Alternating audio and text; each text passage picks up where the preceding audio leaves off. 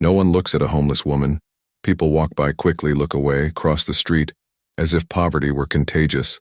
But that morning, with its biting rain, starless sky, and a city that seemed to have forgotten how to breathe, someone saw me. Or rather, someone needed to be seen by me. I heard it first. A cry. Small, reserved, too well behaved for the streets, too fragile to be alone. And when I turned the corner of that alley, I found a boy huddled up, his hands outstretched in the air, searching for a world he couldn't see. He was blind, and he was lost, alone, tremendous. But what struck me wasn't the fear on his face. It was the way he turned his head toward my voice, as if trying to see with sound, not with the eyes. I didn't know his name.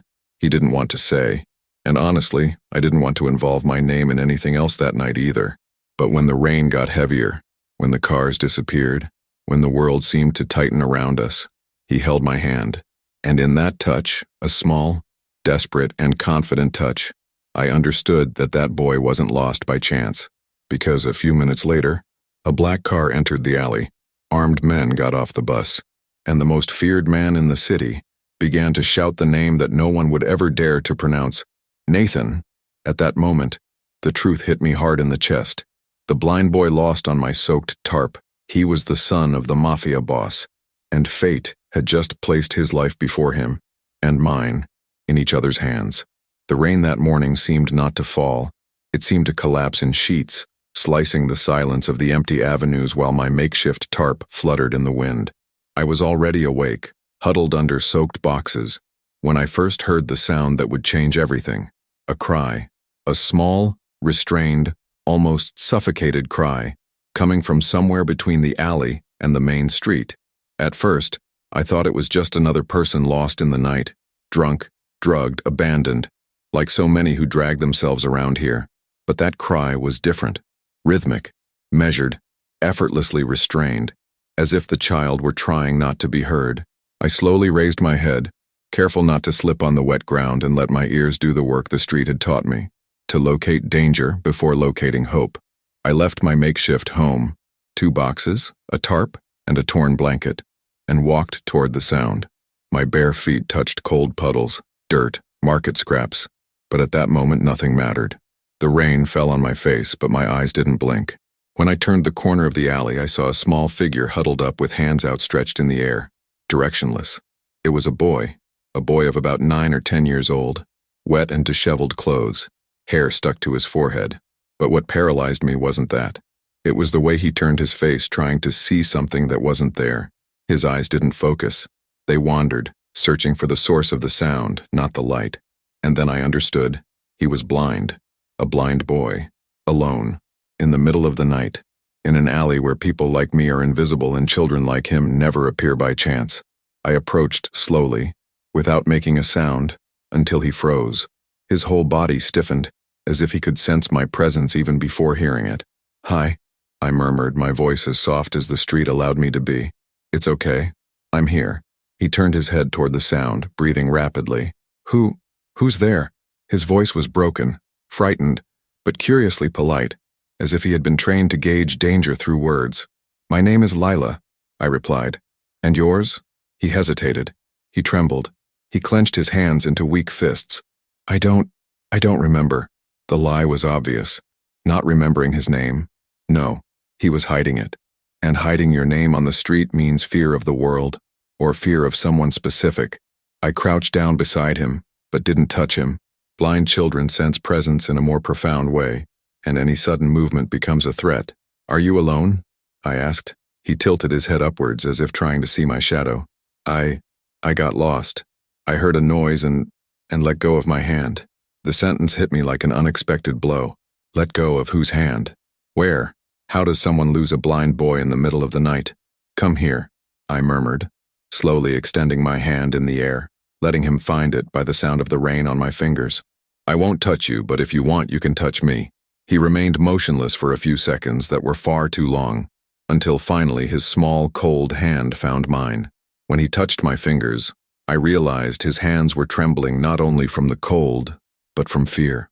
Not fear of the street, not fear of the night, fear of being far from a place he belonged, a protected, structured place where no one like me would ever have been invited. It's cold, he whispered. It's very cold.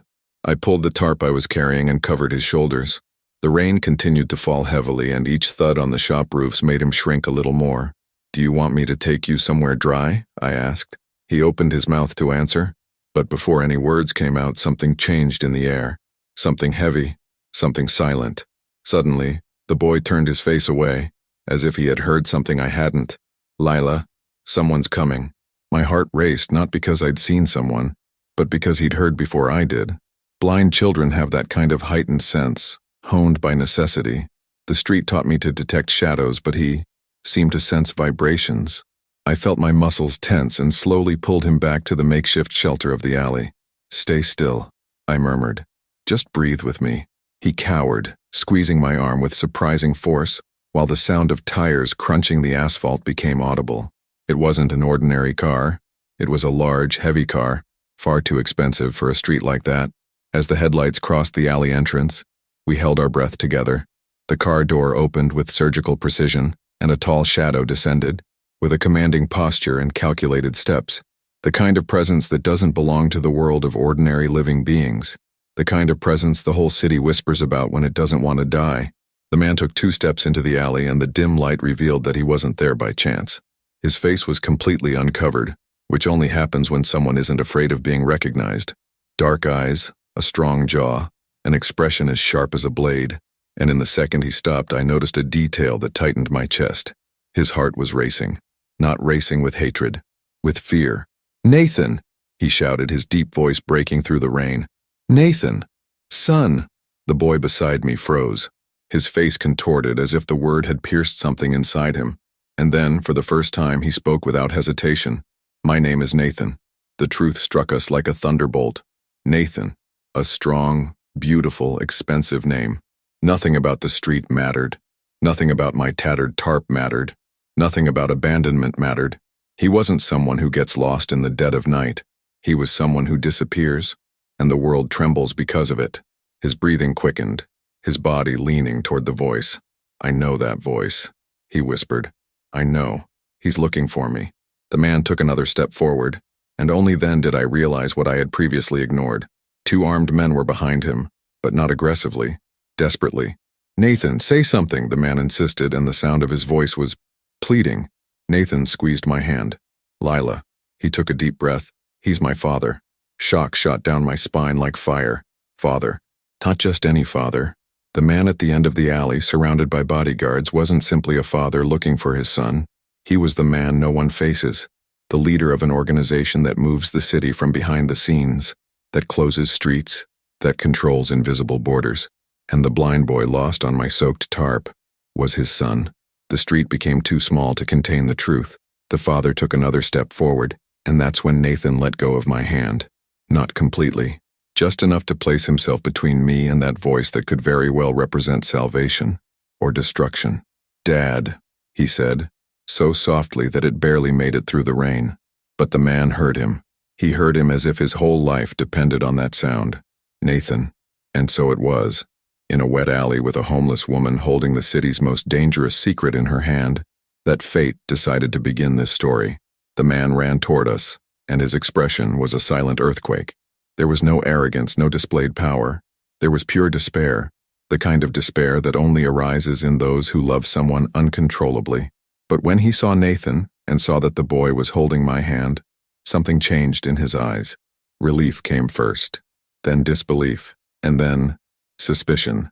He looked at me as if he were looking into a broken mirror, trying to understand how, in a world where he controls everything, his son had ended up in the hands of a homeless woman whom no one would notice even if they stepped on her. Nathan reached out to him, groping the air until he found his father's coat. When the touch happened, the man let out a sigh, a sound so heavy it seemed laden with weeks, perhaps months of terror. He pulled the boy close to his chest, hugging him tightly, but Nathan kept one hand extended behind him, searching for mine. Bodyguards surrounded the alley, blocking entrances and exits, not to attack me, but to prevent the world from seeing that overly vulnerable scene. Nathan's father patted the boy's head, repeating his name as if trying to reconnect every fiber of his son's being to the real world. But in the midst of this visceral reunion, he raised his eyes and looked at me again. And there was something in that exchange of glances that couldn't be translated into words. He was trying to decipher how a woman invisible to society had managed to find and soothe the most precious part of his life. The rain continued to fall, running down his face and mine, mixing cold fear and truth. And it was Nathan who broke the silence that swallowed everything around us. "Dad, she found me." The man closed his eyes as if that phrase were a divine pronouncement. When I finally managed to breathe, I realized my body was trembling, not from fear but from understanding what this meant. I had, unintentionally, placed my hands on the deepest wound of the most dangerous man in the city, and he knew it. He straightened his posture, carefully positioned Nathan behind him with almost ritualistic care, and took a step toward me. The bodyguards, like trained animals, reacted to the movement, but he raised his hand, ordering them all to retreat. The alley fell silent. The city, for a moment, seemed to hold its breath. He stopped before me, so close that the smell of rain, leather, and gunpowder mingled with my air. And then he said something I didn't expect to hear. "Thank you." The word came out heavy, as if forbidden to be uttered by someone like him. But right after the gratitude came the question I dreaded. "How did you find him?" There were two possible versions, the simple one and the true one. The simple one was that I heard the crying and followed the sound. The true one was that the street and life always brought me closer to broken people before whole ones. I took a deep breath. "He found me," I replied. "The street is noisy, but he was crying, trying not to be heard. That draws the attention of someone who knows how to listen." The man narrowed his eyes. Nathan, behind him, was still holding the fabric of my makeshift coat. This small connection, this invisible thread between us, made the father's expression waver. He didn't understand it. He didn't understand why his son, who never touched strangers, who never trusted strangers, who never let anyone get close without permission, had chosen me. When they tried to put Nathan in the car, the boy froze. Literally froze. His hands gripped my sleeve, his body leaned toward me, and his silent desperation became palpable. "Don't leave me," he whispered. It was a small, simple plea, but it took the breath away from his father. The man looked at his son, then at me, as if trying to understand what part of the universe had gone wrong for the heir to the city's biggest crime family to refuse to get into the car without a homeless girl beside him. "He trusts you," the father murmured, more to himself than to me. Why? I didn't know how to answer. Because if I answered honestly, that vulnerable children recognize vulnerable people, it would reveal more about me than I was ready to expose. The solution came from Nathan. "Stay with me, just until we get home." His father took a deep breath, clearly torn between logic and love. I knew I should refuse, that I should distance myself, that I should protect myself from that dangerous connection. But when I felt Nathan's hand trembling, when I realized he associated my presence with the safety he lost in the darkness, I couldn't say no. His father stared at me for long seconds, measuring the risk, calculating the consequences, analyzing all possible versions of this story. Then he took a step back and opened the car door. "Get in." It wasn't a request. It was an order disguised as permission. I got into the car with Nathan, who immediately reached for my hand, as if that simple connection could guide him back to the real world. He rested his head on my shoulder, exhausted, and I felt his body relax for the first time since I'd seen him. On the other side of the seat, his father watched everything with a gaze so intense it almost burned his skin. It wasn't distrust. It wasn't anger. It was recognition. I was doing something for Nathan that not all his money, power, security, and influence could do. Give the boy back the feeling of being safe. With each street the car drove down, the atmosphere changed. The tension lessened. The city seemed to lose some of its weight as the rain washed against the windows. When we arrived at the mansion, an enormous structure surrounded by high walls and uniformed guards, Nathan gripped my hand even tighter. He didn't want to let go. It was as if within that gigantic, protected, and luxurious world, I was the only familiar thing. His father sensed this and didn't try to separate us. Not at that moment. He simply made way, silently guiding us both inside as if we were a single problem he needed to solve with surgical precision. The house's hall was too large, too bright, too clean. I felt small, the smallest I'd ever been, in that environment that seemed to reject anyone who hadn't been born there. But Nathan seemed to navigate the space by sound, not light, and the way he squeezed my hand made me understand that he wasn't guiding me. He was guiding himself through me. We were led into a spacious, comfortable room with soft lighting, clearly designed to accommodate someone sensitive to light. As I sat on the edge of the bed with Nathan still holding my hand, his father leaned against the opposite wall, arms crossed, his gaze fixed on us. He was fighting something, not me, but his own vulnerability. The entire mansion seemed trapped in that moment. The air was heavy. The tension was suspended, until Nathan spoke again softly. "Dad, she's not leaving now, is she?" The man closed his eyes for a long second. When he opened them, something inside him had broken. "No," he replied. "She's not going." It was at that exact moment, in that small, frozen fragment of time, that I realized the gravity of the situation. I was no longer just the woman who found the boy in the alley. In their eyes, I was the only bridge between Nathan and the world he couldn't understand on his own. And that wasn't light. His father finally stepped away from the wall and walked toward me, not threateningly, not arrogantly, with something rare, something dangerous, something human. He stopped so close I could feel his breath. "My name is Adrian," he said, as if that had some significance that would change everything. And perhaps it did, because no one in that city would dare ask his name, and I didn't need to ask. He offered it. Nathan rested his head on the pillow, but didn't let go of my hand. Adrian watched the gesture with a look that was half pain, half gratitude. "He doesn't touch anyone," he explained. "Not the family, not the staff, not even me, sometimes." The silence between us grew even thicker. "But he touched you." I swallowed hard. The streets taught me a lot, but nothing prepared me for dealing with this kind of revelation, the kind that carries emotional, criminal, and personal consequences. Adrian lowered himself slightly, to my eye level. "Lila, what did you do to my son?" The question hung in the air like a suspended blade. Before I could answer, Nathan squeezed my fingers and murmured, "She found me when I was out cold." Adrian looked at him slowly. "Out cold?" The boy nodded, burying half his face in the pillow. "I black out when I get scared." The air seemed to leave the room. Adrian placed his hand on the wall as if he needed something solid to keep from collapsing, and I raised my emotional guard because I realized that this powerful, unwavering, calculating man was breaking down before my eyes, and not because of the city or the enemies, but because of a painful truth. He didn't know all the versions of his own son. When the room finally fell silent again, Adrian approached the bed and for the first time gently placed his hand on Nathan's, as if asking permission to exist in that intimate space that I, a stranger, had unwittingly entered. And what happened next was unexpected. Nathan accepted the touch, without flinching, without pulling away, without fading. It struck Adrian's heart like a silent bullet. He took a deep breath, his voice so low it seemed made of glass. "You brought my son back to me." I swallowed hard. "I only found him," I replied. "No, Lila," he corrected, looking at me with something that seemed both reverence and fear. "You gave him back, and it was there, in that room that was too big, with 3 lives that were too fragile, that something impossible, dangerous, and completely forbidden began to take shape, something that no one in the city could understand, something that no one could stop, something that only happens when a broken destiny meets another, and the two begin to breathe at the same rhythm. The mansion, despite its absurd size, seemed smaller when viewed from inside Nathan's room.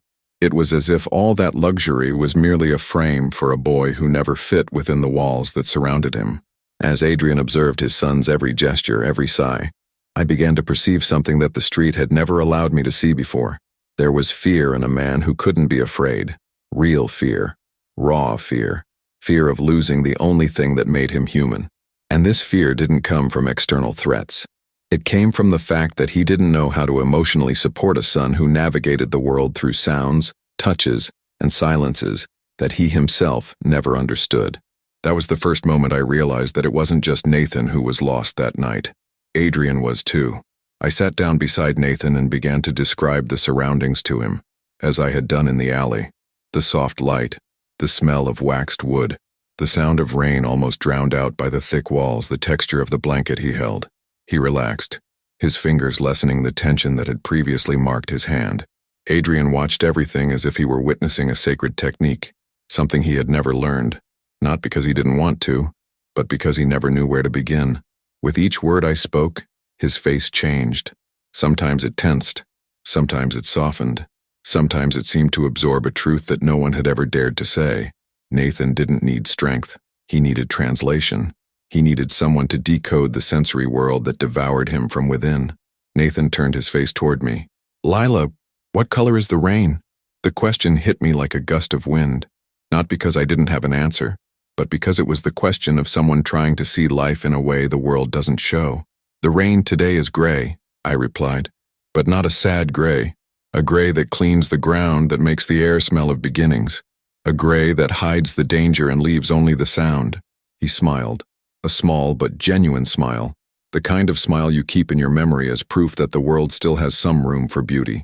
Adrian looked away, as if that smile had invaded a place inside him that he didn't want to show. After Nathan lay down again, still holding my fingers like a silent anchor, Adrian called me to the door, not with a brusque gesture, but with a subtle nod of his head, an invitation that still carried authority, but also respect. We partially closed the door so as not to disturb Nathan, and then he spoke softly, as if confessing something he didn't want the world to hear. I didn't know he was so afraid. Adrian's voice faltered in a way that deeply surprised me. He continued, "The doctors told me about the physical, blindness, vulnerability, need for support, but no one talked about the inside." The way he held the sentence, as if trying to prevent it from breaking, revealed something no enemy ever had access to. His true weakness wasn't the war, it was fatherhood. I looked at him and said, "Fear isn't a sign of weakness. It's a sign that he feels." Adrian's eyes met mine intensely, almost uncomfortably. There wasn't the posture of a man who commands territories. There was a man who, for the first time in a long time, admitted that he didn't know how to save his own son from an invisible pain. "How did you learn to deal with this?" he asked. But there was another question hidden there. Why had he never been able to? I took a deep breath. "The streets teach you many things, Adrian, especially how to listen to what people don't say." He remained silent, absorbing it as one assimilates an answer that changes not only the situation, but the way of existing. As we returned to the bedside, Nathan was no longer huddled up. He was sitting feeling the edge of the pillow as if searching for something. When he heard our footsteps, he lifted his head. "You left?" The vulnerability of the question struck Adrian almost cruelly. "Never," I replied, approaching him. He sighed, relieved, and leaned back against the pillow. The mere fact that I had gone into the hallway for a few seconds was enough for him to miss me. Not me exactly, but the sound of security, the translated presence, the only bridge that led him back when his inner world became too big. Adrian realized this even before I did, and at that exact moment, I saw not only gratitude being born within him, but something that seemed dangerous: need. When Nathan finally fell asleep, exhausted by the whirlwind of emotions and stimuli, Adrian stood watching his son, and for the first time I felt that he wasn't looking at Nathan as the family heir, as the boy who needs to be protected at all costs, or as the fragility he fears to expose. He was looking as a father who had just witnessed something miraculous, something impossible, something that, until that day, he believed he would never see. He turned to me and said in the lowest voice I had ever heard from him, "He only sleeps like this when someone holds the world for him." There was no threat in the sentence. There was no demand. There was only truth, a truth that placed an enormous weight on my shoulders, and that, strangely, I was willing to carry. And it was as I left the room, when Adrian walked beside me down the empty hallway, that I realized the extent of that night hadn't just been about saving Nathan. It had been about revealing, with brutal honesty, that I was entering an emotional territory where nothing is simple, nothing is safe, and nothing is allowed. A territory where a blind boy lost his world for a few minutes, and I became the only point of light he could reach. A territory where a Mafia boss discovered that his greatest enemy was never crime, but the fear of not being enough for his own son. And in that dense silence between us, it became clear that beyond returning him to his father, I had returned the father to his son. The following morning dawned heavy, almost too silent for such a large house. There was no noise of servants going about their business, no clinking of dishes being put away, no hurried footsteps in the hallways. Everything seemed suspended, as if the entire mansion had entered a state of emotional alert that no one dared break. I was in the makeshift kitchen at the back, sitting near the door, when I heard light footsteps approaching. It was Augusta, the housekeeper, a middle-aged woman with eyes that had seen more secrets than any police file could ever record. She observed me for a few seconds before speaking. "He's asking for you." Her voice held no judgment. It held acceptance, as if the house had already understood that my place there wasn't an intrusion. It was a necessity. We walked up the hall together, and with each door we passed, I felt hidden glances following me. Some curious, some suspicious, some relieved. It was as if everyone there knew I had become a central piece in Nathan's stability, and no one, absolutely no one, dared to question what that meant. When we reached the room, the door was ajar, and I heard the boy's voice before I saw him. He was talking to himself softly, narrating the movement of his own breathing as if trying to control his body's rhythm. That stirred something inside me. I entered slowly, and Nathan immediately turned his head toward the sound. "Lila?" he said, his voice fragile. "I'm here," I replied. He smiled, small but genuine, and that was enough to light up the entire room. I sat beside him, and I sensed something different in the air, a kind of quiet tension, as if something had settled overnight but wasn't quite ready to be named. Nathan reached out to me, and I took it with my usual lightness, letting him guide the intensity of the contact. "I woke up and thought you were gone," he confessed. "Waking up alone hurts." I felt my whole body react to the sincerity of that sentence. Before I could answer, Adrian entered the room. He was dressed, but not impeccably as usual. His shirt wasn't completely buttoned, his hair was disheveled. He looked like he'd been awake for hours, not because of business concerns, but because of his son. Adrian stopped by the bed and, for a moment, observed the interaction between the two of us without saying anything. It was as if he were trying to learn something he had never been taught, how to be emotionally present for someone who needs more than physical protection. Then he took a deep breath and asked, "Can you explain to me what happens to him when you talk?" The vulnerability in that question struck me. I felt that this man, feared by the whole city, was willing to dismantle his pride, piece by piece, if it meant understanding his son better. I took a deep breath. "I don't talk to him," I replied. "I talk to his body, to his fear, to the place where the world becomes too big for him to navigate alone." Nathan squeezed my hand, as if in agreement. "Her voice fixes things," he said simply. "When everything's a mess in here." He touched his own chest. Adrian looked away, his jaw clenched, and I felt the weight of guilt crashing down on him like waves. But it wasn't guilt for negligence. It was guilt for not having been taught to understand his son the way he needed to. And in that instant, I realized that this man wasn't just the head of the Mafia. He was a father who had spent years believing that the only way to protect his own son was by controlling the outside world, without realizing that Nathan's internal war was even more challenging than any street-level enemy. As we stood up to go downstairs, Nathan held my hand and Adrian's at the same time, as if trying to unite two worlds that should never have met. We descended the steps together, and I noticed something strange in the hallways. Silence, but not the tense silence of yesterday. It was a respectful, observant silence. The entire house seemed to have aligned its energy with the emotional state of the three of us, and when we reached the inner courtyard, I felt for the first time the weight of the open air, the soft light filtering through the trees, the smell of damp earth. Nathan took a deep breath, feeling the world with his face. I narrated every detail, and Adrian absorbed it all. We sat on a large wooden bench, and Nathan rested his head on my arm, letting the ambient sounds guide him. Adrian, sitting on the other side, watched the scene with an intensity that could transcend boundaries. "This," he whispered, "is what I never knew how to give him." And for the first time, I didn't hear a confession. I heard a plea. Not a plea for help, not a plea for permanence, but a plea for understanding. He wanted to learn. He wanted to be a part of it. He wanted to be able to reach his son in the places where his own strength failed him, and that moved me in a way I wasn't ready to admit. Nathan fidgeted with his fingers, a clear sign that something was forming in his mind. "Lila, what's my father like?" The question came simply, but too loaded to be answered simply. Adrian's eyes widened, completely unprepared. At that moment, he wasn't the Mafia boss. He was a man devastated by the blind spots of his own fatherhood. I took a deep breath and answered in the only way that made sense. "He's too big for the world, but small when he talks to you." Adrian remained still. Nathan smiled, and seemed to understand his father in a way he never had before. Sometimes, someone just needs translation to see the one they love. After a while, Nathan wanted to walk, not around the house, through the garden. He was guided by sounds, smells, the touch of the wind. I walked beside him, describing every detail, every texture, every sensation. Adrian followed a few steps behind, observing not with the gaze of a leader who commands everything, but with the gaze of someone who finally sees his own son exploring the world with less fear. At one point, Nathan tripped on a root and I automatically caught him. The touch was natural, instinctive, but Adrian reacted as if he had been silently shot, not out of jealousy, out of recognition. I was holding not just the boy's body, I was holding his universe. At the end of the walk, Nathan hugged me, an awkward, warm, completely unexpected hug. He never hugged anyone, according to Augusta. Never. Adrian watched it with eyes full of something dangerous.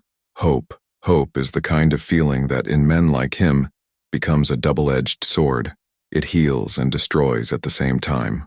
When Nathan went inside with Augusta to rest, Adrian called me over to the side of the trees. He seemed affected, deeply affected. "Lila, what you did today changed everything." I swallowed hard. He approached, looking at me as if I carried an answer he needed more than any street victory. "Tell me, what happens now?" I wanted to respond logically, but the truth is, it made no sense at all. I took a deep breath and said the only honest part of me I had left. "I don't know." He moved closer, his eyes fixed on mine, a closeness that seemed wrong and inevitable at the same time. "I know," he said. "From now on, nothing in this world touches you without going through me." It wasn't a threat, it was a vow, a silent vow, a dangerous vow, a vow that changed destinies, and in that instant, under the shade of the trees, I realized what was being born between the three of us, and what that would mean for everyone who dared to approach this new axis. And when Adrian said my name, and not with authority, but with something close to reverence, I understood. The story was no longer about the homeless woman who found the lost boy. It was about what happens when an invisible woman becomes the only light in the darkness of two worlds that never knew how to ask for help. The sun had already risen when we went back inside, but the mansion remained illuminated by a strange light. Not the morning light, but the light that arises when something changes inside a house. The atmosphere was different, less rigid, less militarized, as if Nathan's presence in the garden had silently rearranged the energies of the place. As I walked down the hallway, I could feel gazes that weren't hostile, nor curious, but attentive, observant, as if everyone knew I carried some invisible key, and that kind of scared me. I'd always lived in places where nobody looked at you. Being seen, really seen, was such a new experience it almost burned my skin. But there was something even more uncomfortable, the feeling that Adrian was feeling the same thing, only for completely different reasons.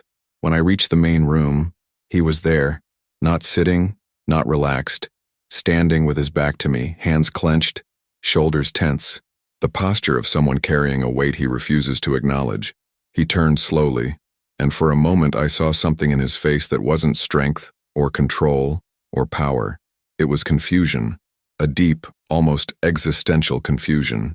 "He asked for you again," he said, 3 times before he woke up. I felt the impact of that information like a blow, because it wasn't about dependence. It was about direction. Nathan had chosen where to place his own axis, and that axis was me. Adrian took a deep breath, as if that destabilized him more than any external threat. "This has never happened before," he added, and the vulnerability in his voice was as unexpected as it was dangerous. I sat on the sofa, trying to process everything, but Adrian remained standing, pacing back and forth like a large animal trapped in a space too small. "You don't understand," he said, almost breathless. "I've spent years trying to find something to calm him, something to anchor him, something to make him trust anyone." He stopped in front of me. "Nothing worked. Nothing." And then he finished with brutal honesty. "Until you." The sentence didn't land lightly. It landed heavily, deeply, dangerously, because it wasn't a compliment. It was surrender. And surrender, when it comes from someone like him, always changes everything around him. As he spoke, Augusta entered the room carrying a tray of tea. The gesture was simple, but her expression spoke volumes. She looked at Adrian as if witnessing a miracle she never thought she would see. Then she looked at me as if recognizing that the world had finally put something in its rightful place. When she left, she closed the door gently, not out of respect for hierarchy, but because of the sensitivity of the moment. Adrian sat in the armchair opposite me and, for the first time, didn't occupy the space as a leader. He occupied it as a father. "Lila, I can't lose you now." The sentence made me freeze. He perceived the intensity of what he said, but he didn't back down. "Because if you leave, he'll break." I remained silent, not because there was no answer, but because any answer seemed insufficient in the face of the magnitude of that feeling. I knew what it was like to be broken. I knew what it was like to have no one to hold the world for me. And I knew how to recognize, even unintentionally, when someone was desperate not to lose the only piece of light that had entered a territory too dark. "I won't abandon him," I finally replied. "But you need to understand that I'm not a magic solution." Adrian leaned forward, his fingers interlaced, elbows resting on his knees. "I don't want a solution," he said. "I want stability. I want him to have someone who sees him." When he said sees, my eyes met his, and I realized he wasn't just talking about Nathan. Nathan appeared in the doorway the next moment, as if pulled by the invisible thread that connected our names. He walked slowly, using his hands to guide himself along the walls, but his face pointed at us showed that he wasn't groping his way around the room. He was looking for us. "Lila?" he said, in a sound so soft it seemed like wind. I stood up immediately, and Adrian watched for the third time that day his son navigate the world through my voice. "Come here, Nathan," I murmured. He smiled slightly and walked towards me, guided not by sight, but by my breath. He leaned against me naturally, a naturalness that hadn't existed for 2 days, and I felt his body relax. Adrian looked away for a second, and I understood why. The scene was too fragile for someone who had learned never to show weakness in front of anyone, not even his own shadow. We sat down again, and Nathan began to narrate what he was seeing, not seeing with his eyes but with his senses. "The air here is vast," he said. "Sound echoes, and when you breathe, Lila, it feels like the ground gets closer." His interpretation brought a lump to my throat. Adrian looked at us as if witnessing a secret language he was trying to learn. "And your father?" I asked carefully. Nathan turned his face toward Adrian. "When he's near, the air feels heavy. Not bad, just full." Adrian seemed to swallow a whole world with that sentence. Nathan added, "But when you talk to him, his air changes." The revelation fell between us like something sacred, because it was the first time someone had shown Adrian the emotional effect I had on him. In the midst of that almost intimate moment, Nathan squeezed my hand and said something that took my breath away. "Lila, you are my new home." I froze. Adrian did too. He tried to answer, but his voice failed him. I took a deep breath, trying to find words that wouldn't break that instant. "I'm not your home, Nathan," I murmured, holding his hands, "but I can be the light that guides you to the right home." He smiled, as if he understood. However, Adrian wasn't as calm as Nathan. He stood up abruptly, turned his face away, and ran a hand over the back of his neck, trying to reorganize the emotions that weren't used to leaving his own body. He was fighting against the feeling, against fate, against the inevitability of that connection, and he was losing, slowly, completely. When Augusta came to call Nathan, the boy stood up slowly, still holding my hand. "I'll be back later," he said. It was the first time he'd shown initiative since the day of the disappearance. This caused something inside Adrian to break and heal at the same time. He watched his son leave, and when he was alone with me, approached with a slow, deliberate, almost reverent step. "You've shifted his axis," he said. "And mine." My breath caught in my throat.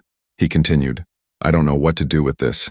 I don't know what this demands of me, but I know exactly what it demands of you." He moved even closer. Presence. The word echoed between us, like promise and danger. And when he finally said in an almost inaudible whisper, "Stay," I felt that that request carried more than just Nathan's need. It carried his own too. The man's, the father's, the leader's, and perhaps from someone who, for the first time, wanted to be seen in the same way their son was. Late afternoon was approaching when Augusta returned to call me. The house no longer seemed as hostile as on the first night. It was as if the walls had begun to recognize my breath, as if each hallway had been slowly desensitized by the presence of someone who should never have entered there. I walked to Nathan's room, and upon entering I found him sitting on the floor, his fingers tracing invisible patterns on the soft carpet. He breathed slowly, deeply, like someone trying to understand something within himself. When he heard my presence, he lifted his face. "Lila, you're back." It was a simple phrase, but there, spoken by him, it carried a whole world. I sat down next to him, and without warning, he placed my hand on his chest. "Feel it?" His heart beat slower than the day before, steady, more secure. It was as if his body had finally found a rhythm in which it could exist without fear of disappearing. That's when I realized Nathan wasn't alone in the room.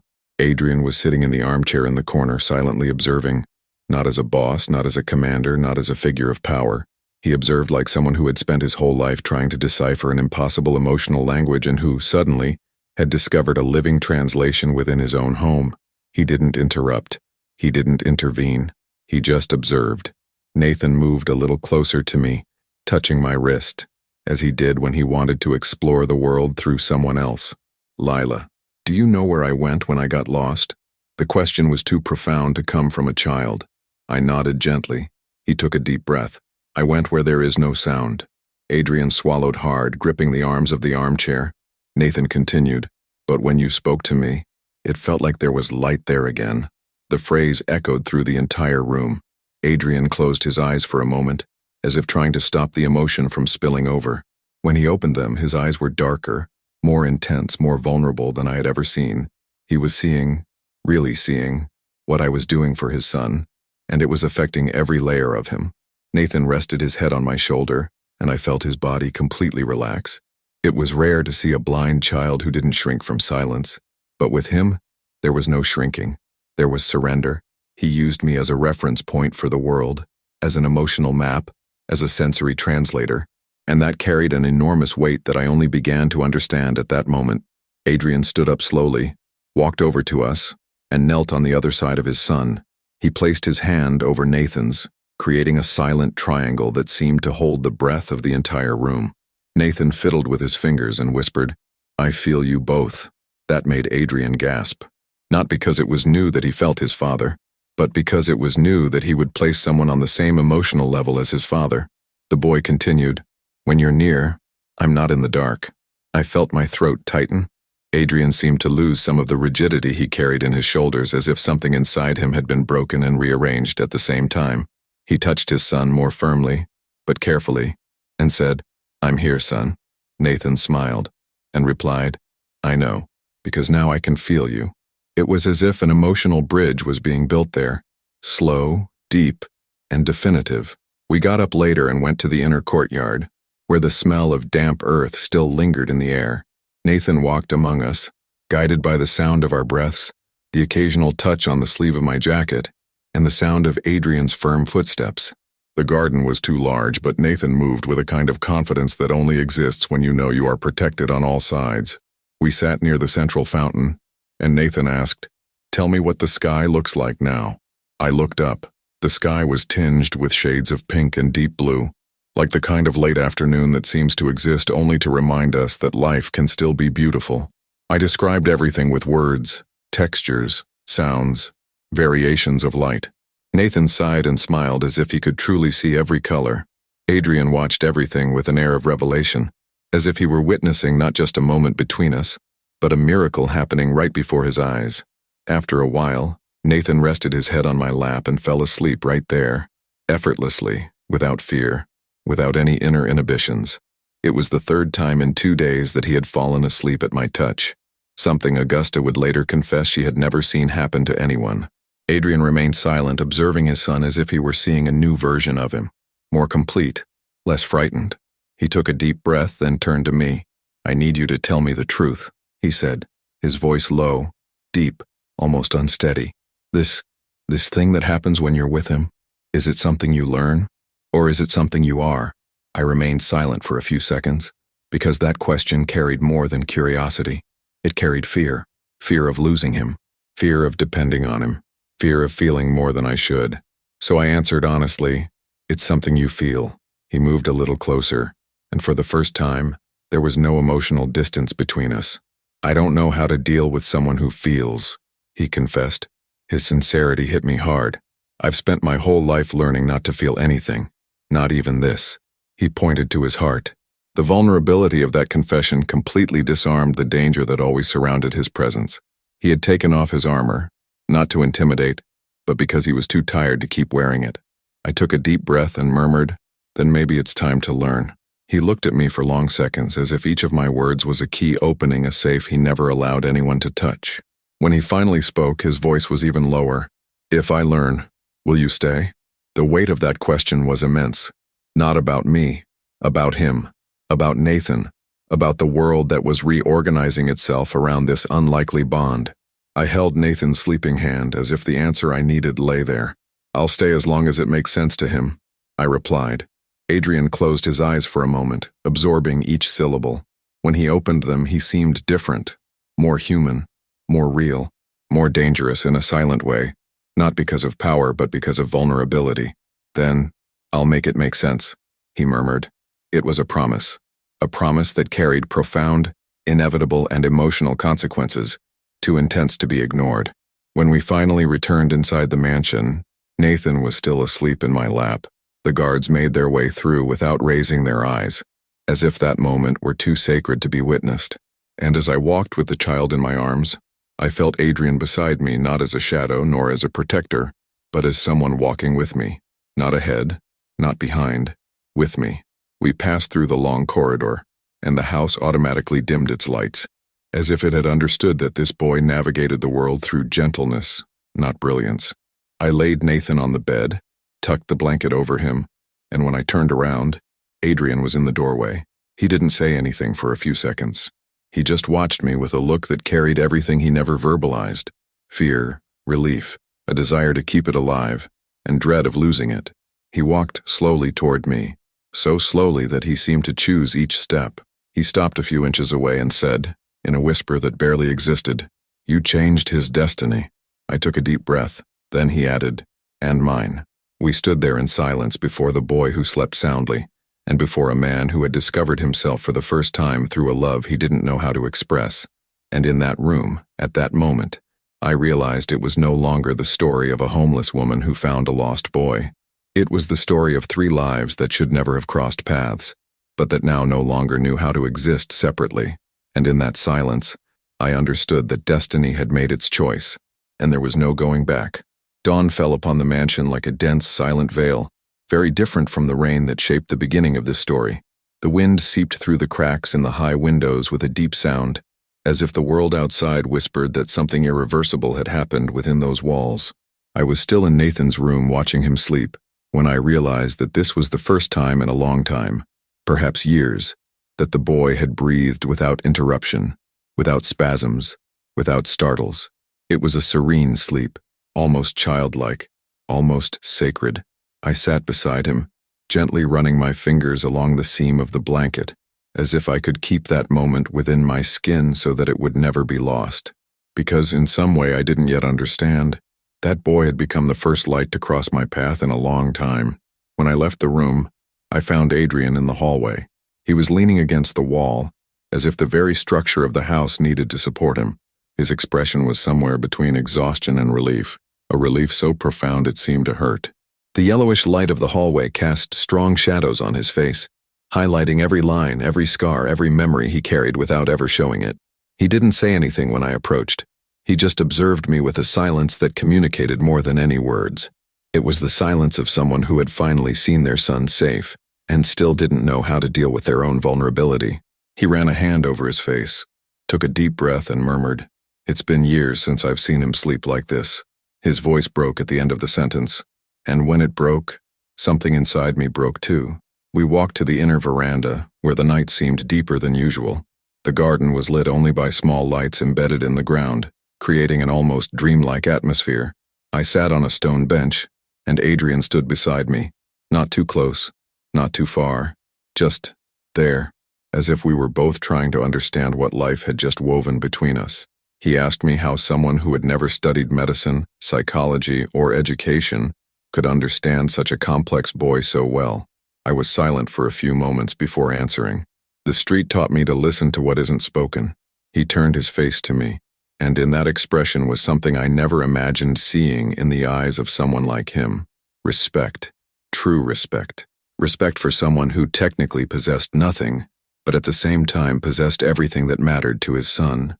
The wind carried with it the scent of wet earth, and for a moment, the world seemed to stop.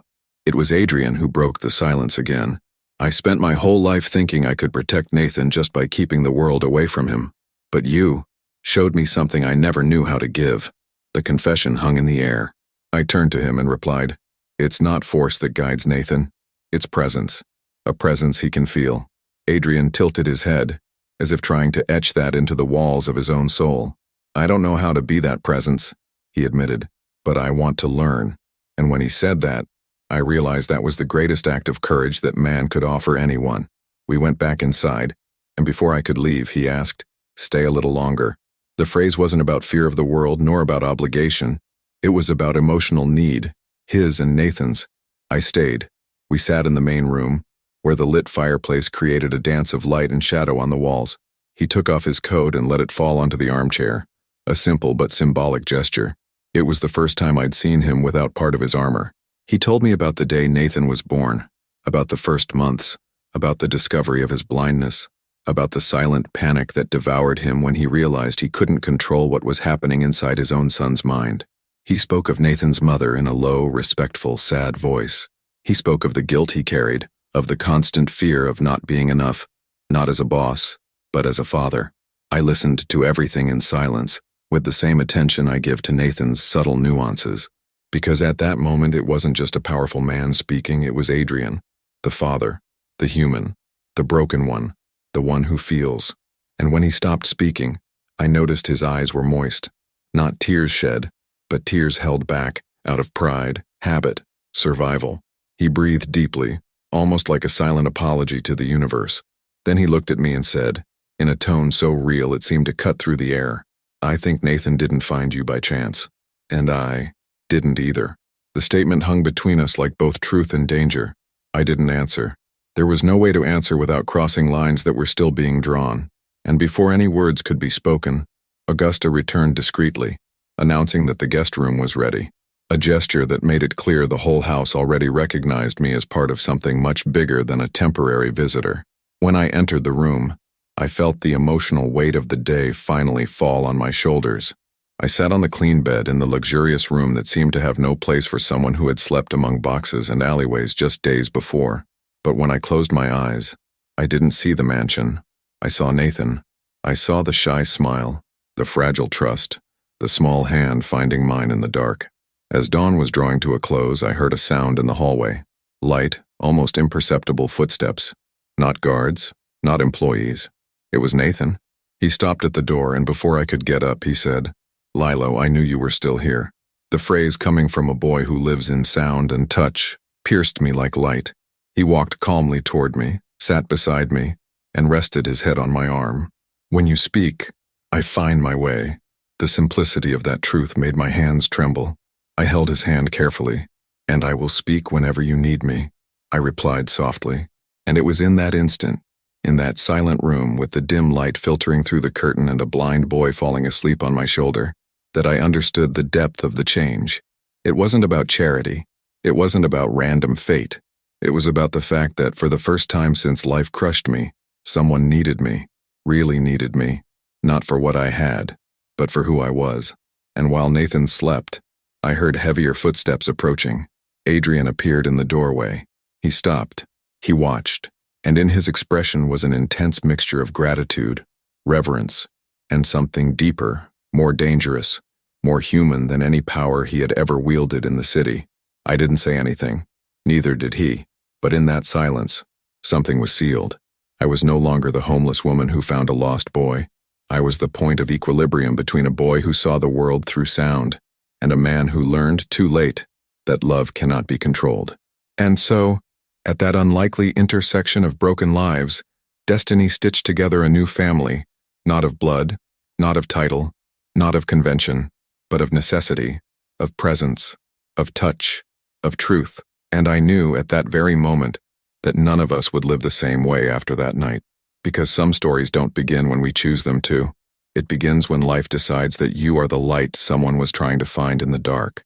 If this story resonated with you, if any part of it made your chest tighten, if you felt the impact of that rainy dawn, if the encounter between an invisible woman and a blind boy changed something within you, then comment below. What was the most touching moment in this story for you? Was that when the resident heard the crying in the rain? When did the boy reach out his hand to her in the dark? When did he say his own name for the first time? Or when her father, the most feared man in the city, realized that she was the only person capable of bringing him back? Right here. I want you to write down which scene stuck in your mind, and it also does the following. Tell me where you're watching this story from which city, which state, From which country? The Shadow Hearts community is huge, and I want to see this living map forming in the comments. And you don't need to comment just once. Reply to someone who commented before you. Exchange perspectives. Share what you felt. Converse. Because this channel is made of stories, but it's also made of people who feel deeply, just like you. It is clear. Subscribe to the channel, enable all notifications, and leave a like to strengthen this universe that we are building together. Every gesture you make helps this story reach more people, people who may need to feel exactly what you felt today. Now tell me, which scene captivated you? Where are you watching from? I'll see you in the comments, and in the next dark, emotional, and inevitable story from Shadow Hearts.